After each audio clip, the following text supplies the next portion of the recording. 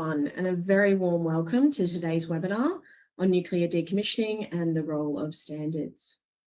Next slide, please. I'm sure I've met most of you, but for those I haven't had the pleasure of meeting, my name is Abby Dorian and I head up the energy sector at BSI. Today, obviously, we're speaking about nuclear decommissioning, which is one of the most significant, complex and long-term challenges facing our industry. In the UK alone, the decommissioning of legacy facilities represents a multi-decade program of national importance. And globally, as more reactors and nuclear facilities approach the end of their operational lives, the need for safe, efficient and well-managed decommissioning has never been greater. The cleanup of Sellafield alone, which we'll hear about a little bit more today, is expected to cost as much as £136 billion and to continue until 2025. So those are real and pressing issues for the industry.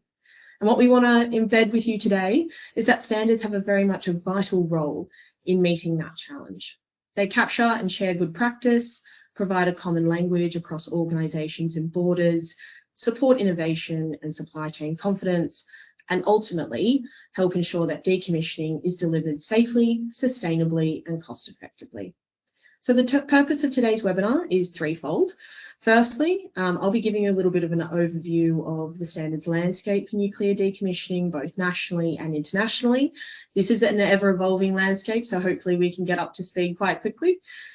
Secondly, we will be sharing an insight from those working at the very heart of the UK's decommissioning program on where the standards actually add value and where there are gaps and opportunities. And finally, really just to encourage as many of you as possible to get involved in shaping the standards that will support this sector for decades to come. So before I move on to some housekeeping, I want to just give a very warm thank you and welcome to our two speakers today, Andrew and Mark. Andrew Sutton, who you'll hear from next, is a safety case team manager from Sellafield. Andrew is also very actively involved in international standardization as the chair of ISO TC 85 Subcommittee 5, which covers nuclear installations, processes and technologies. He brings a very unique perspective spanning both hands-on decommissioning experience and the development of international standards that underpin it, so is well placed today to cover off any of your questions. And secondly, we've also got Mark Denton, who's a strategy and technical manager for decommissioning at Sellafield also, and he's also very actively engaged in the Nuclear Waste and Decommissioning Research Forum. Mark will bring an additional valuable insight into how collaboration and research feed into better practice and how standards can help disseminate that learning across the industry.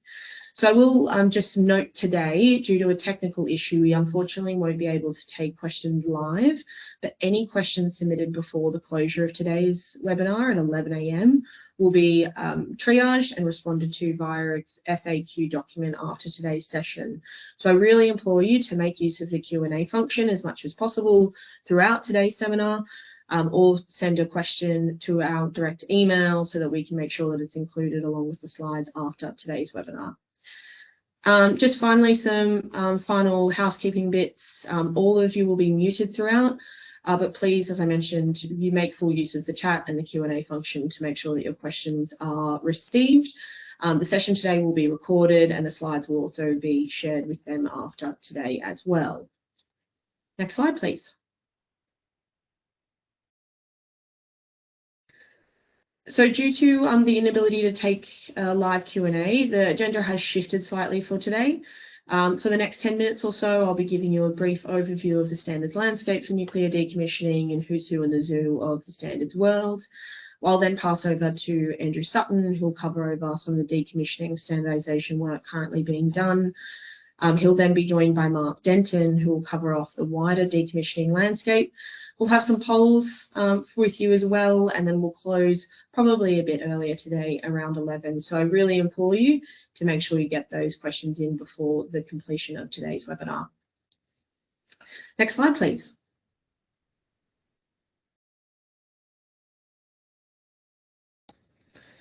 So to kick us off, I think it's always helpful just to gauge the level of familiarity with ISO and standards before we get into the meat of today's discussion. So a poll should pop up on your screen. What is your level of awareness about BSI and ISO nuclear standards, high, medium or low? We're really interested to hear from you. No wrong answers as well. So it seems like there's quite a good spread today. So yeah, 11% high, about 47% medium, another 42% low. Great, so very good spread today. Medium and low is about 0.5%, and we've got 12% on high. So welcome to all of you that are less familiar with ISO. Hopefully I'll be able to answer some of your questions in the next 10 minutes or so. So let's jump into the content of today's session. If I could have the next slide, please. Thank you very much. So for the newcomers to today's seminar, if you aren't already familiar with BSI, BSI is the UK's national standards body. So we are established as such through a memorandum of understanding with the UK government, in which we are responsible for not only developing national standards, so British standards, but also speaking into international standards development on behalf of the UK. So in this function, as the national standards body, we develop about 3,000 British standards each and every year across the UK's broader economy. We are impartial, apolitical and non-governmental. We are stakeholder-based, not shareholder-led, and we have a firm commitment to consensus, balance and being industry-led. What I do want to emphasise is that we are a standards development organisation, but as the national standards body, our entire standards development process is underpinned by a commitment to consensus, which essentially means that we engage a broad range of industry stakeholder categories and experts to make sure that all of their interests are fairly recognised and considered in the development of British standards. So they are not purely technical documents, but they are broadly consulted and endorsed by a wide range of stakeholders within the UK. Next slide, please.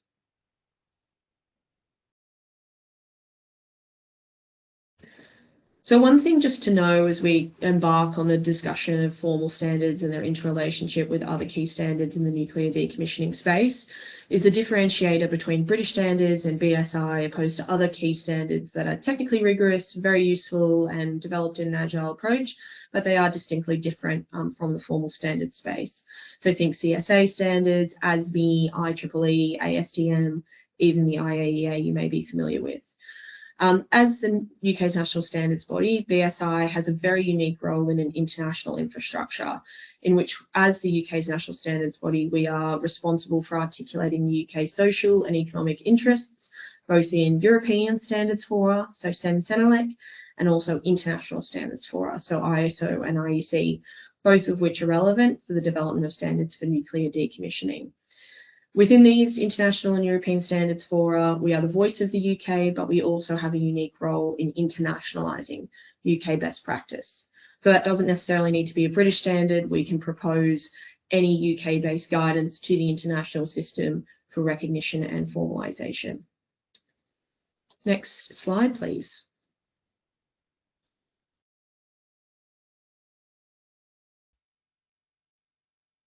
Now, for the 12% of you that were highly familiar with ISO standards, this should not be new, but for some of our newcomers, I think it's always helpful just to clarify what we mean when we say standard and what they can come in their different forms.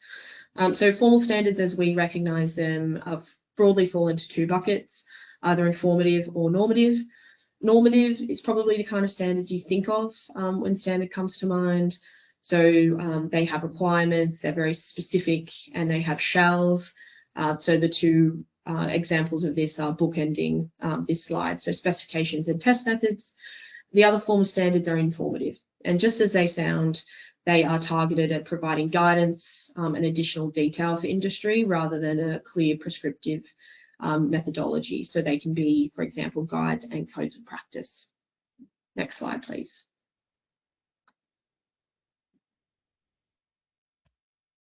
I won't go into the detail. Happy to answer any questions should you have them. I would like to save some time for Andrew and Mark. But all of our standards undergo a very rigorous process of consultation and also technical stress testing, which is informed by our commitment to balance, being industry-led, consensus-based and transparent. So whether they are developed through our formal auspices in our national technical committees or through our fast-track approach, all of them are developed by stakeholder interest categories that are broadly representative of both the direct and indirect stakeholders that will use the content. They undergo technical review within that space, but then they also are open to public consultation, which is a minimum of 2 weeks, but usually about 6 as well before they are published, and then reviewed on a cycle of about 2 to 5 years, depending on the nature, contentiousness, and the level of technological disruption for that particular subsector. Next slide, please.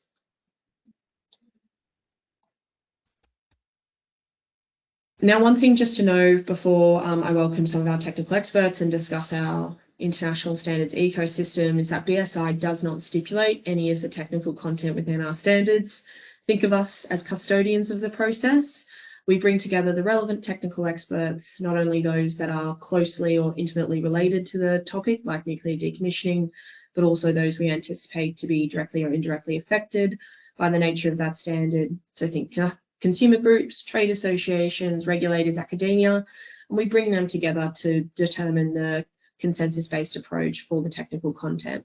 BSI does not have a stake in terms of the actual content within the standards. We ensure that balance and consensus are met through the development of our British standards. Next slide, please.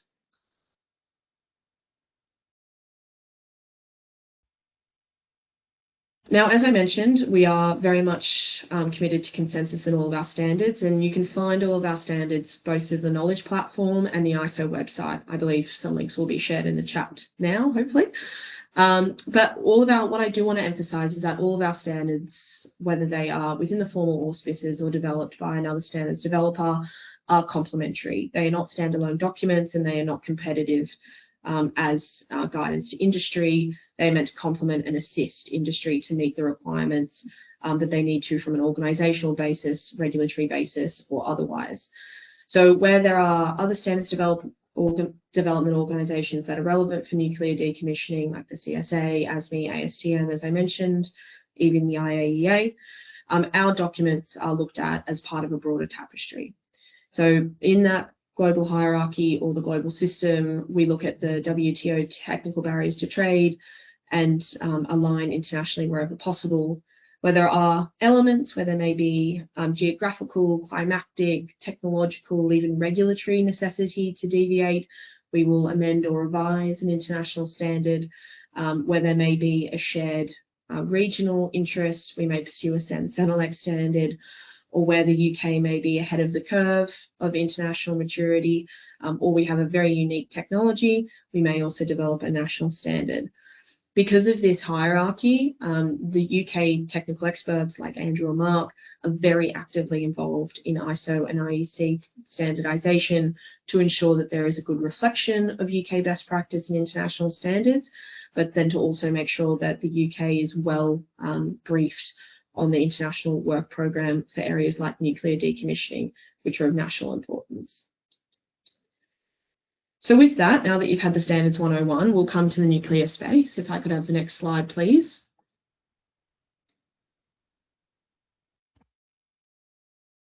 Now, I appreciate that a diagram of standards space can be a little bit overwhelming. So hopefully this makes it slightly easier to understand the relationships here. ISO, which is shown in the red on the right-hand side, is responsible for the development and maintenance of standards from the broad aspect of nuclear energy, but many of the activity in the International Electrotechnical Commission on the left-hand side is also very applicable to nuclear energy more broadly.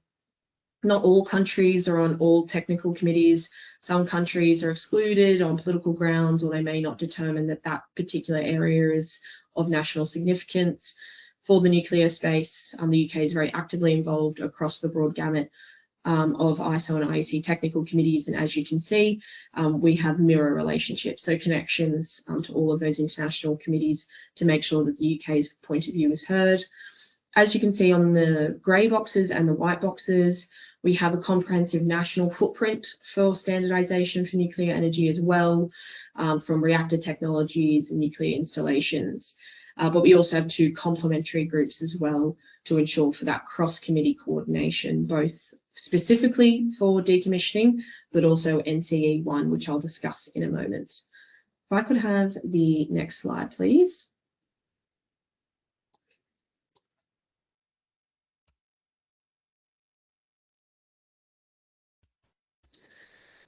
Now, highlighted in yellow are the areas identified as specifically relevant to the decommissioning space. So as you can see, they don't necessarily convene in one particular committee or one particular area. Decommissioning is inherently cross-committee and requires quite a lot of coordination and discussion, and there is quite a lot of activity across both national and international technical committees for decommissioning.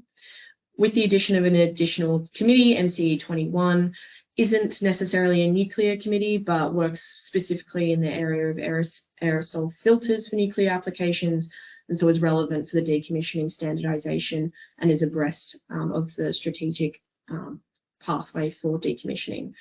NCE2 is also very relevant here as it speaks into the shielding and confinement systems. NCE3 for reactor technology is very active across a range of working groups for 2 and 3, looking at power reactors and decommissioning, and NCE9 as well, which you'll hear a bit more about today, looks at decommissioning, decontamination, dismantling, and remediation. It's worth noting, just to make this very comprehensive and complex environment more complex, this is constantly evolving. So there is a new proposal for a subcommittee on fusion technology, which may have impacts in terms of the decommissioning element of the scope as well. So we will keep you updated as that proposal progresses.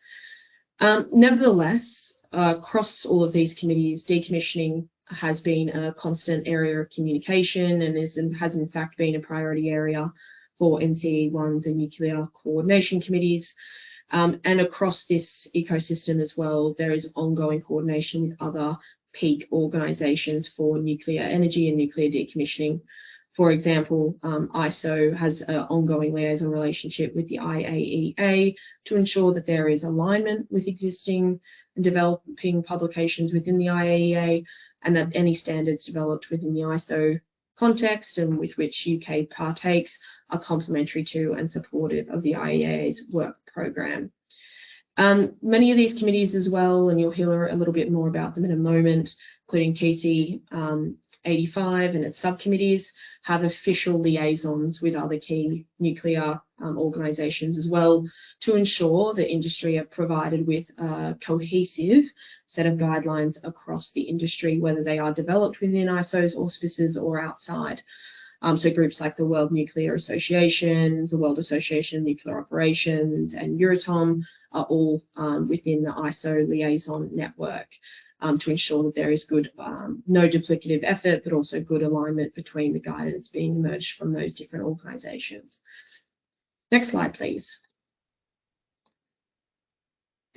Now, I won't cut Andrew's grass because he will go over this in more detail, but just to give you a bird's eye view of how busy these working groups are in terms of developing and considering guidance to support decommissioning in the UK. This is one working group in that diagram. They have an approved work item, a series of preliminary work items, and a series of proposals looking at different elements of decommissioning across the board. And all of these proposals and standards, should they be published and approved, will have to be strongly consulted across the ISO framework to ensure that continuity of guidance on publication. Next slide, please.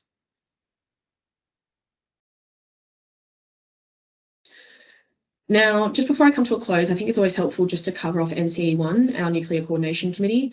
Our Intercommittee on Decommissioning is more straightforward in terms of its purpose. It is an area for knowledge sharing and to ensure that different technical committees working on decommissioning are well cited on different work programs. NCE1, our Nuclear Coordination Committee, has a slightly different purpose and sits atop our technical committees. It does not develop standards in and of itself, but it provides that strategic conduit between broader industry engagement, regulatory change, and the needs in a standards environment. So the remit of NCE1, of course, is to obtain options for standards and guidance, whether that be a British standard or something at the IAEA or the Nuclear Energy Agency as well. NCE1 has a good representation of liaisons and chairs across our technical committees to ensure that convergence, and also representatives from some of the key organisations like GBE Nuclear and Ofgem as well. Last year, their 3 focus areas were AI and nuclear fusion and decommissioning, And this year they are focusing on the Fingleton report as well, which obviously has a common thread of decommissioning as well. So this is NCE1 is a really good opportunity for sounding discussions on standards and trying to align standards activity with broader industry need. With that, next slide, please. I will leave you on a call to action. Getting involved in our standards is not only helpful for the technical rigor and usability of those standards, but to also ensure that they are aligned with real-world application. I will remind you that any questions that you may have about getting involved, please use the Q&A function now, and we can ensure that those instructions and emails are easy to receive. But nevertheless, there are effectively 4 ways to get involved in standardization. One is to use the standards. They're only as good as the feedback we receive on them, so please apply them to your projects, your management, and that's very helpful for us to understand their limitations and where they need to be evolved into the future. A more time-intensive but very useful contribution is joining committee work. Any of the committees I've just shown are open to membership, and we can help you through that process. More hands-off approach, but very useful in terms of stress testing the technical rigor of our standards, is reviewing drafts or public comment.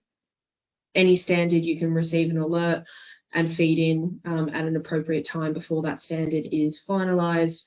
And lastly, there is nothing prohibitive from a member of the public, a regulator, a government representative from flagging an issue with a current standard or putting forward a proposal for a new one. So please do reach out to myself or our broader team if you identify that there is a limitation or a gap in the standards portfolio that is needed for nuclear decommissioning. So with that, I will come to our first presenter. Thank you very much for sitting through the Standards 101, and I welcome any questions that you may have. But our first presenter is Andrew Sutton. As I mentioned, he is a safety case team manager from Sellafield and is very actively involved in some of the international standards committees that I've just discussed. He'll walk us through decommissioning standardization work in a little bit more detail, particularly NCE 9 and ISO TC 85, Subcommittee 5, Working Group 13. There may be a slight delay in Andrew coming on, so bear with us for 3 or 4 seconds, but thank you very much, Andrew.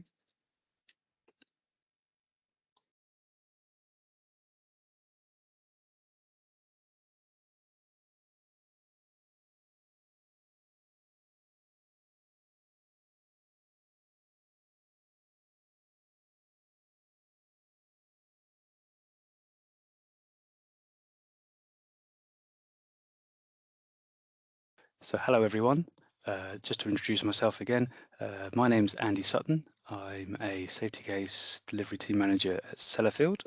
I'm also the chair of Subcommittee 5, which covers nuclear installations, processes and technologies. I've been involved in ISO work for about 10 years, first as a working group expert, developing standards in criticality safety before stepping into the chair role about 4 or 5 years ago. I've been involved in the nuclear industry for nearly 20 years, all of that time being at Sellafield.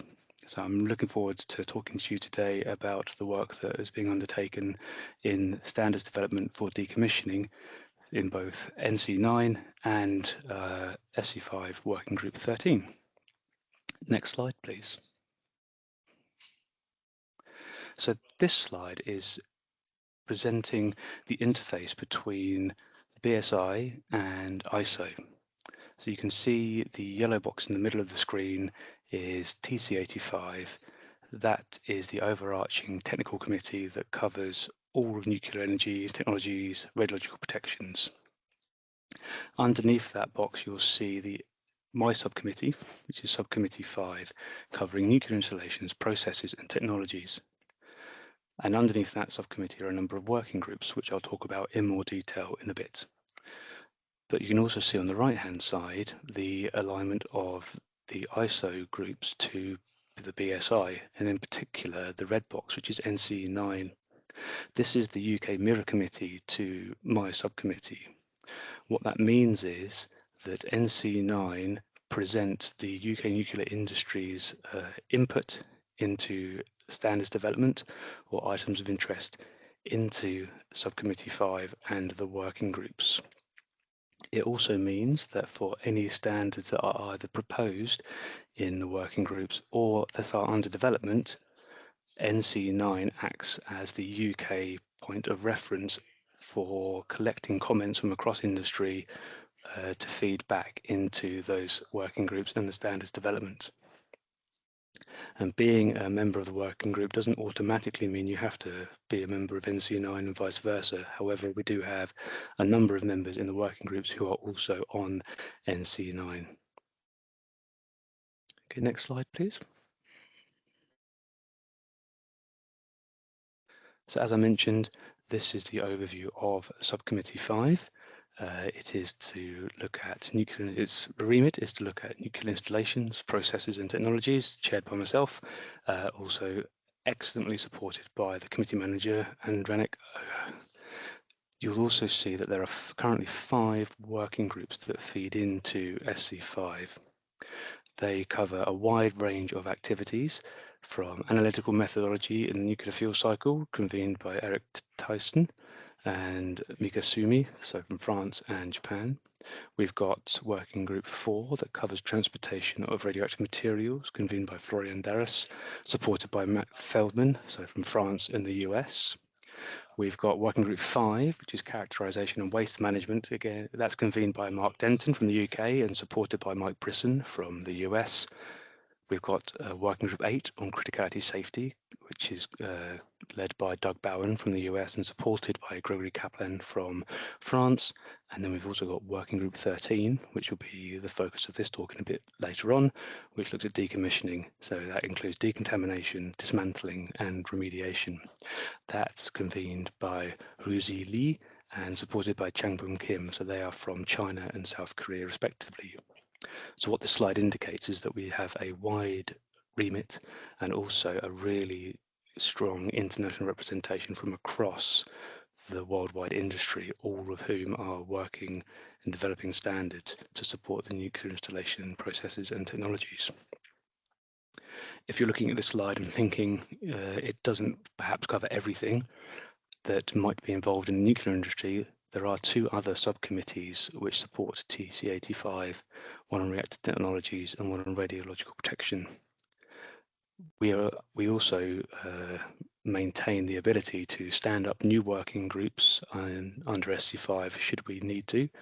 So if there is a strong desire from the industry, perhaps from the UK putting something forward, and that is met with international consensus, we could stand up a new working group to support developments of standards in another area that sits under SC5.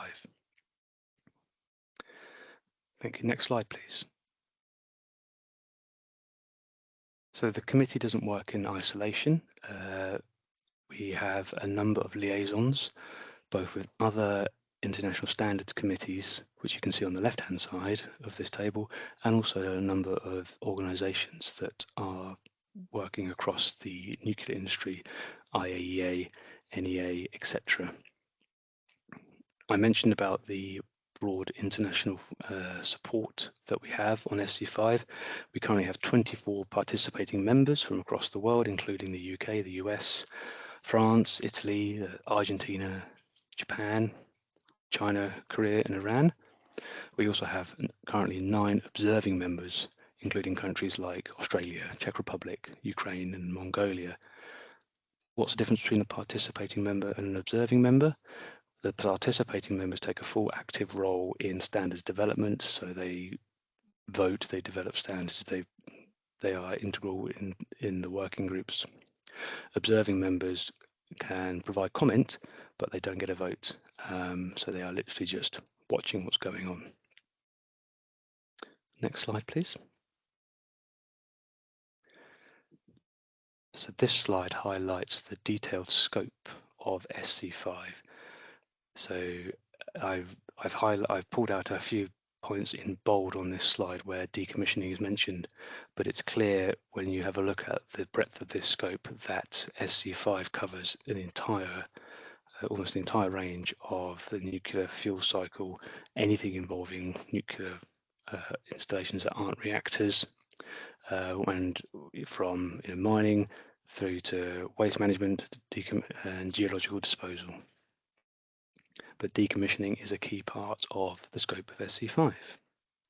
And I'm now going to talk in a bit more detail about the specific activities for decommissioning that SC5 do in one of its working groups, which is working group 13.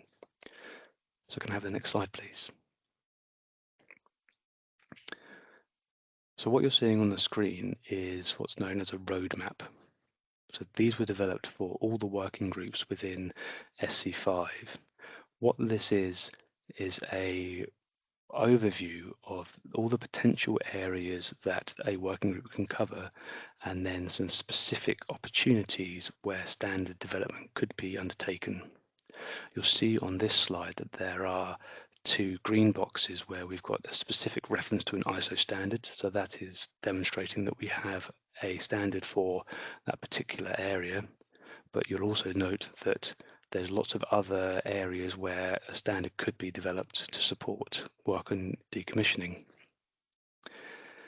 It will come as no surprise that there are a lot of areas of interface between decommissioning and other working groups within SC5. And on this graphic, the boxes that are in grey denote collaboration with the other one of our other working groups, which is working group 5, which is waste characterization. That's not to say that every single box on this slide demonstrates a standard, but they again highlight areas where experts from different working groups may want to collaborate to develop standards that benefit the wider industry. If I go to the next slide, please. So this is the second part of the roadmap, detailing some further areas, including post-operational clean-out, site facilities and remediation, etc. Here, we've highlighted a potential collaboration with Working Group 8 around safety and nuclear safety specifically. So again, these are not standards that are currently under development, but it does a very good job of highlighting at a glance areas where standard development for decommissioning could be undertaken. Next slide, please. So this slide and the next one will go into a bit more detail about standards that we have developed in Working Group 13, standards we are currently developing in Working Group 13, and standards that we are planning to develop in Working Group 13. It may come as no surprise, but the standards development process can be quite a lengthy one. It can take a number of years from the initial idea or the initial proposal all the way through to final publication. This is because driving consensus across an international group of experts can be challenging. What one country really wants to see standardized may not be particularly relevant for another one. So it is right and proper that we make the time to ensure we have appropriate consensus for any standards that we develop. So recently we've published a standard on the decommissioning of medical cyclotrons. We've got a part 1 of a 10-part standard which has been proposed by South Korea for the decommissioning of nuclear power plants. Now you may be wondering why Working Group 13 is developing a standard on the decommissioning of nuclear power plants when the scope of SC5 does not include reactors. I'm going to come to that in a minute on another slide, but that work is currently ongoing. And you'll see we've also got a number of planned work items. The 3 with an ISO number against them are items that have been initiated under the formal ISO process. So they are preliminary work items, meaning we have 3 years to develop the scope to ensure that it's worthwhile taking forward.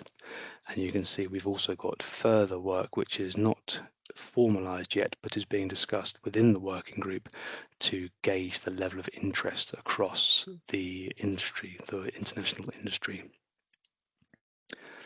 And you can see that bottom one is guidance for managing knowledge to support decommissioning. That is a clear link into our waste characterization working group, where the need to understand knowledge management for nuclear wastes may stretch over several generations. But that in knowledge can also be key to support decommissioning. So that's a really good example where we have a proposal which will involve collaboration between experts from different working groups. Can I have the next slide, please? So this is the other 9 parts of that 10 parts standard for decommissioning nuclear power plants proposed by South Korea. You can see it is very broad and very detailed. We are developing these over a number of years, mainly because it is challenging in the extreme to have enough resources available, because a number of these experts are volunteers and do this work in their own time, to develop these standards in one go. It is far better to do 1 or maybe 2 at a time, get those completed or very close to completion before starting the next 1 or 2 standards. So we expect this work to last for maybe up to 10 years to complete this entire set of standards. Next slide, please. So I've already mentioned a couple of potential, or alluded to a couple of challenges that we may have with developing standards for decommissioning, and there may be some of these that you're already thinking of.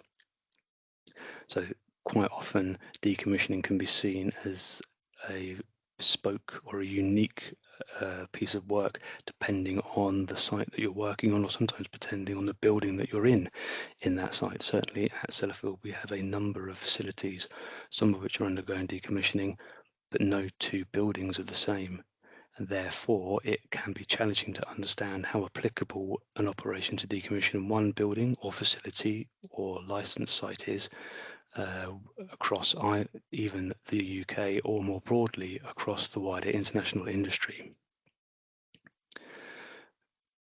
We also require, as part of the ISO rules, a minimum of 5 ISO members. So ISO members means 5 countries to support the development of an ISO standard.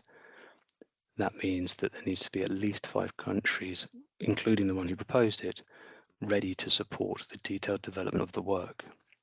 If your particular operation is seen as very bespoke or unique, it can be challenging to garner that level of international consensus to allow the standard to be developed under the ISO rules. So this challenge is not unique to decommissioning. There are other areas in other working groups in SC5 that are also quite niche in the industry.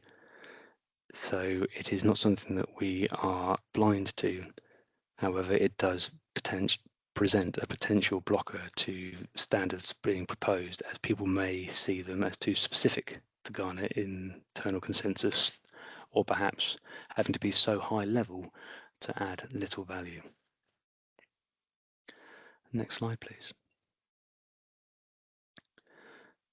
So you may recall that I mentioned a few slides ago, why is Working Group 13 developing standards relating to the decommissioning of nuclear power plants?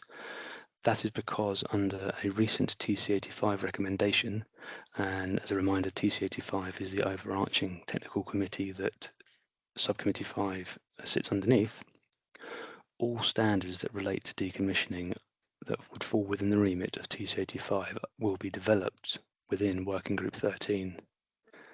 So this is a fantastic opportunity for both Working Group 13 in itself to generate some really interesting and necessary standards, but it also means that it opens up the potential pool of experts to a much wider number, to allow us to leverage the knowledge of other experts within other subcommittees to help develop the work.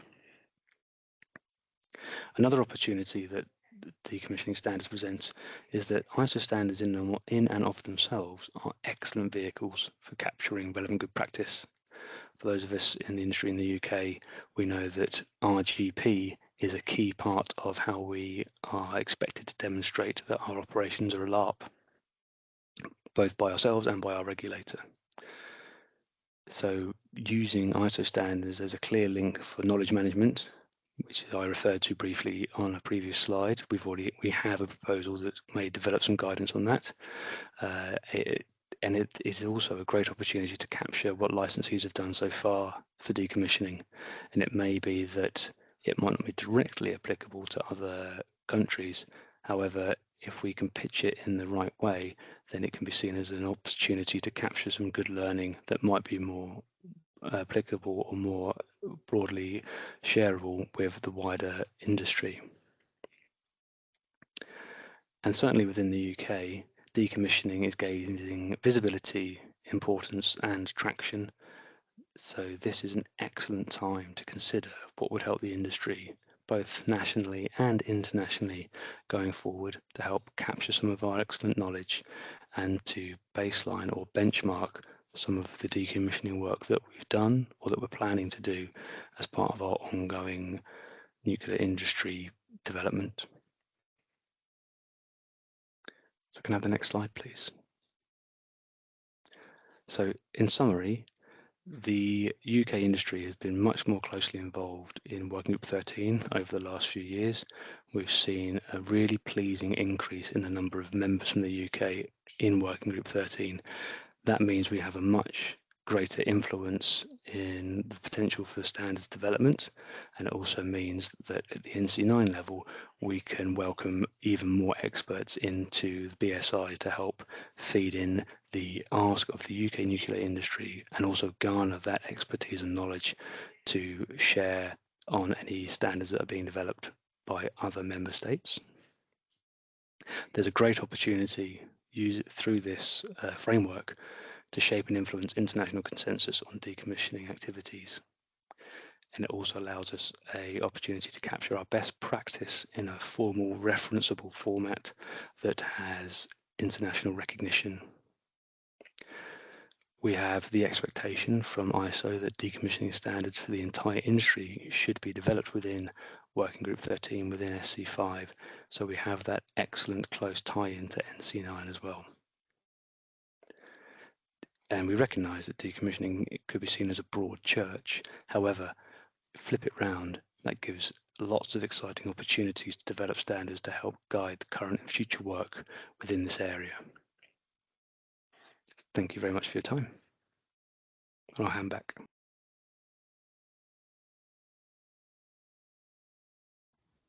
Thank you very much, Andy, for that comprehensive overview of the activity of nuclear decommissioning, both within the ISO space and also at the British level. So a quick reminder to everyone watching, please provide any of your questions in the chat or the Q&A function before the closure of today's webinar. We'll wrap up around 11 a.m. if you'd like responses via the FAQ to accompany the slides and recording. So please make full use of the Q&A. With that, I'll pass over to our next speaker, Mark Denton.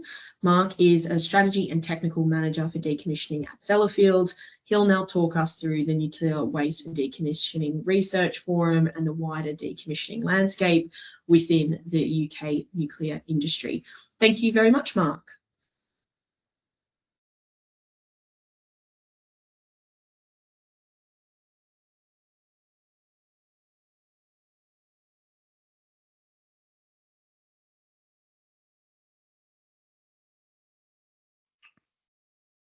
Thank you, Abby. If I could just take a moment to introduce myself. My name is Mark Denton. I work for Sellafield, where I'm a technical manager within decommissioning. If we could have the first slide in the presentation, please. It's my pleasure today to have been invited to say a few words about the decommissioning in the landscape in the UK. So the presentation that I'm going to give today talks about, there's a few words of introduction, then we have the scope of decommissioning in the UK, we have the challenges, how standards can help, and finally a summary. If I may have the next slide, please.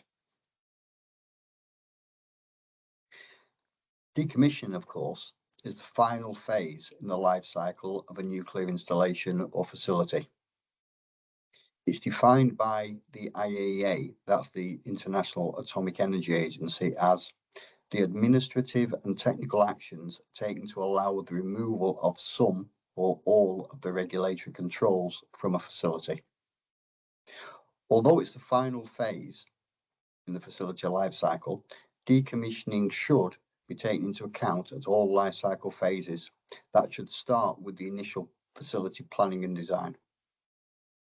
Decommissioning activities will typically include the dismantling of redundant nuclear facilities that have finally ceased their operations, and the removal of any associated radioactive waste or fuels for safe storage and disposal. However, a facility could be decommissioned without dismantling and the existing structures subsequently put to some other use. If we could have the next slide, please. The objective of decommissioning is to ensure long-term protection of the public and the environment.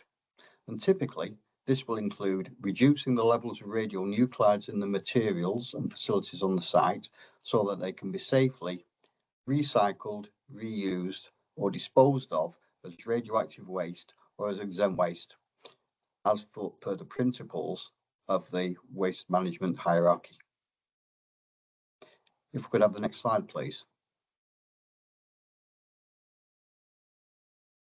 The scope of decommissioning in the UK covers the safe dismantling of the nation's nuclear legacy.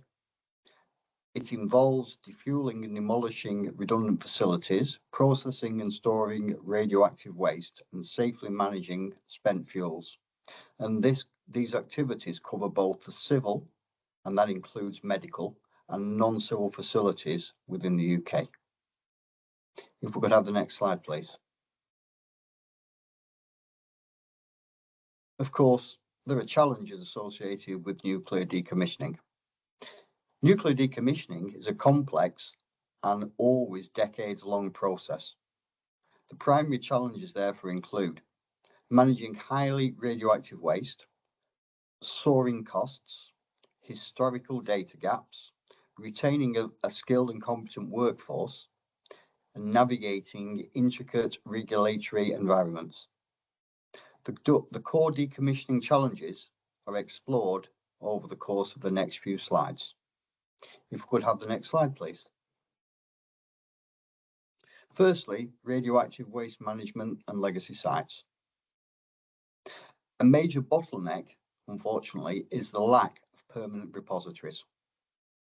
Although lower activity wastes, referred to as LAW, can be disposed of to existing facilities and sites, there is no permanent disposal site exists currently in the UK for higher activity wastes, that's HAW. These wastes must therefore be stored in safe interim storage until the disposal site is available. In the UK, higher activity waste will be disposed of to a geological disposal facility, known by the acronym of a GDF. The earliest dates for that facility suggest that it could be available from 2070. Scotland has its own policy. If we could have the next slide, please. Legacy facilities, structures and sites. Legacy facilities and structures are often complex because they've grown organically over many decades. Therefore, legacy sites are often a dense population of closely packed facilities, and this restricts conventional decommissioning and demolition activities, and it requires innovative, bespoke, and often robotic solutions. If we could have the next slide, please. Technical and safety risks. Designed for operations, not decommissioning. Legacy plants were rarely built with end-of-life dismantling in mind.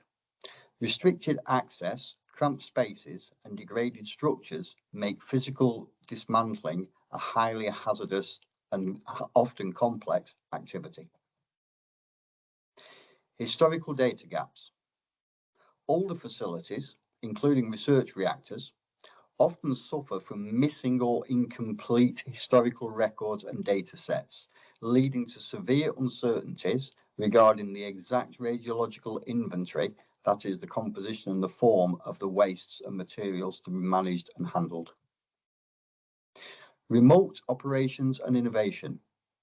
To remove humans from hazards, the industry is heavily reliant on robotics, drones, digital twins, etc. Integrating these technologies safely is an ongoing technical hurdle. If we could have the next slide, please. Economics and funding.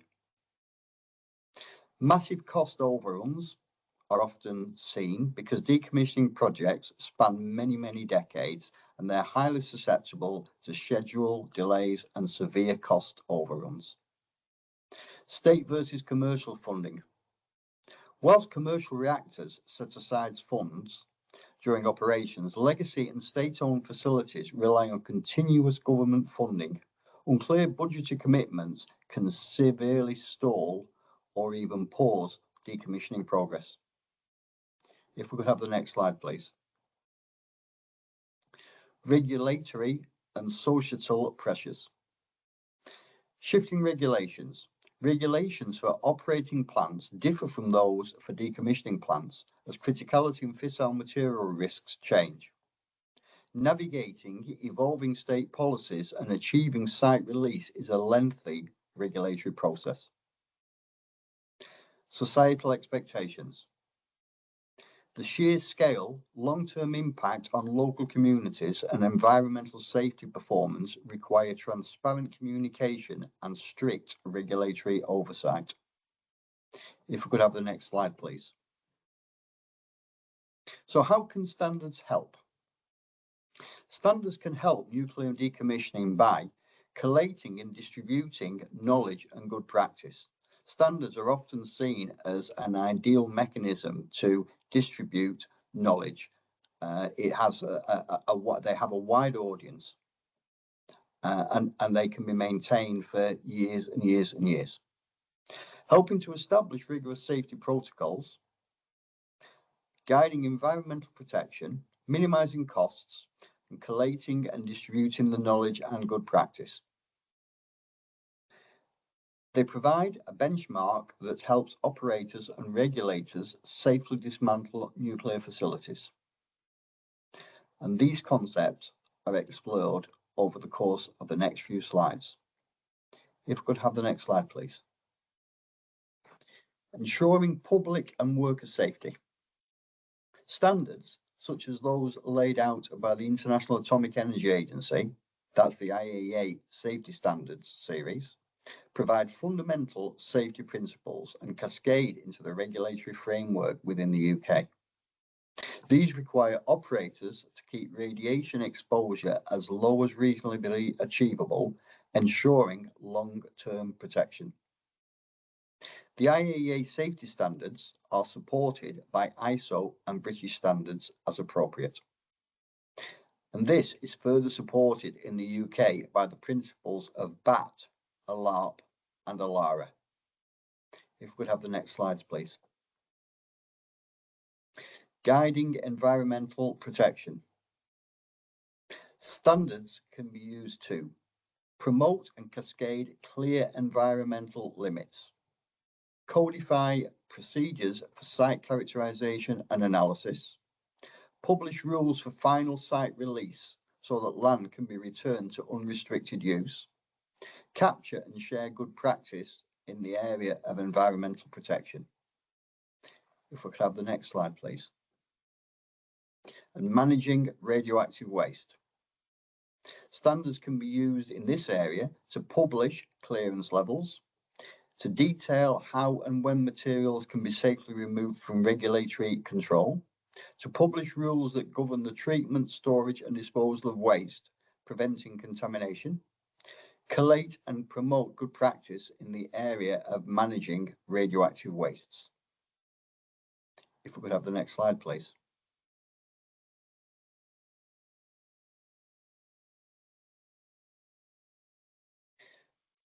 Decommissioning by design. Standards and guidelines facilitate and support the planning of safe, structured dismantling long before a plant, structure or facility closes. They collate and codify the knowledge associated with the design, construction and operation of the facility, which is relevant to its decommissioning. And they collate and promote good practice in the area of decommissioning by design. If I could have the next slide, please. Streamlining regulations. Regulators use standardized frameworks to scrutinize operator plans, approve the pace of dismantling, and ensure compliance across all phases of the facility's life cycle. The use of standards and guidance to collate national and international experience and learning and promote good practice can support the process, reducing cost and time. If we could have the next slide, please. So in summary, decommissioning of nuclear sites, facilities and structures spans a broad portfolio in the UK. It is a complex, varying challenge that spans many generations. Standards and guides can aid decommissioning by standardizing approaches to overcoming similar challenges, capturing and sharing knowledge to support decommissioning and the activities that comprise it, capture, collate, share and promote good practice, and support safety with an overall increase in effectiveness and therefore a reduction in cost and time. If I could have the next slide, please. Thank you very much indeed for your time.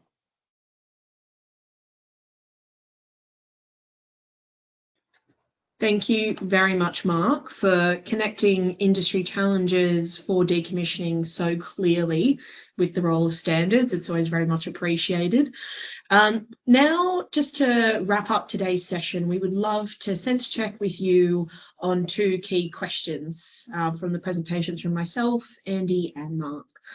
The first poll, which should pop up on your screen, asks, has your understanding improved on where to find information about BSI and ISO nuclear standards? Thank you everyone for your responsiveness. We're seeing, yep, a 90% yes. For those that are a no, there are two links in the chat, one to BSI knowledge and the other to the ISO standards. That's a really useful place to start when looking up particular standards. Fantastic. So we've got a 91% yes. I think that is a good evaluation for finding the BSI and ISO nuclear standards for decommissioning. Thank you very much, everyone, for that quick responsiveness. And the final poll for today is, how are you now confident to submit comments on BSI and ISO nuclear standards? Once again, everyone is very responsive, very much appreciated on a Monday. Coming in at 80%, 75%. For the no's, we will include some more guidance on how to find commenting periods and how to be alerted for public consultations in the FAQs as well, to provide any further detail as needed. Got about 68% yes. Fantastic. Wonderful. And as noted, BSI also hosts several events and webinars throughout the year. So if you're interested in learning more about public consultation and comment, those are also very helpful as well. Wonderful. And with that, that brings us to the closure of today's session. May I start by giving my sincere thanks to our two fantastic speakers today. Andy, thank you for your excellent overview of the international standards landscape with that additional detail of what industry can expect to be coming down the pipeline. It's always a great reminder how our standards are actually shaped by the practitioners like yourselves, and it's really important in terms of making sure that the best practice in the UK and ISO is truly reflective of real-world implementation. And Mark, thank you again for sharing the work that you're currently undertaking in the standard space and also illustrating so aptly the benefits of thinking about normative guidance from the outset to disseminate best practice for the sector more broadly. And thank you very much to all of our attendees today. I appreciate a Monday morning for prioritising this webinar, and I hope it has been helpful both to articulate the availability of existing standards, but to also connect the dots between decommissioning challenges and the use of normative guidance. I think if there's one thing to take away from today, it's not that standards are written in isolation, but they are built on that combined knowledge and experience of people working within the field. And while Mark and Andy have both fleshed out how decommissioning challenges are significant, by capturing and iterating upon good practice and sharing our lessons learned and speaking that common language across industry, we can meet them safely, efficiently and sustainably. So before I release you all to your days, next slide please. For any organisations that use standards, I want to implore you to think about BSI membership so that you can work with them more efficiently. It really showcases your commitment to standards best practice, but it also allows you to actually have a look at the standards before you purchase them, which is always very helpful from a standards user point of view. If you'd like to know more about membership, you can reach out to myself or one of our team members, where we'll provide our emails in the FAQ after today as well. Next slide, please.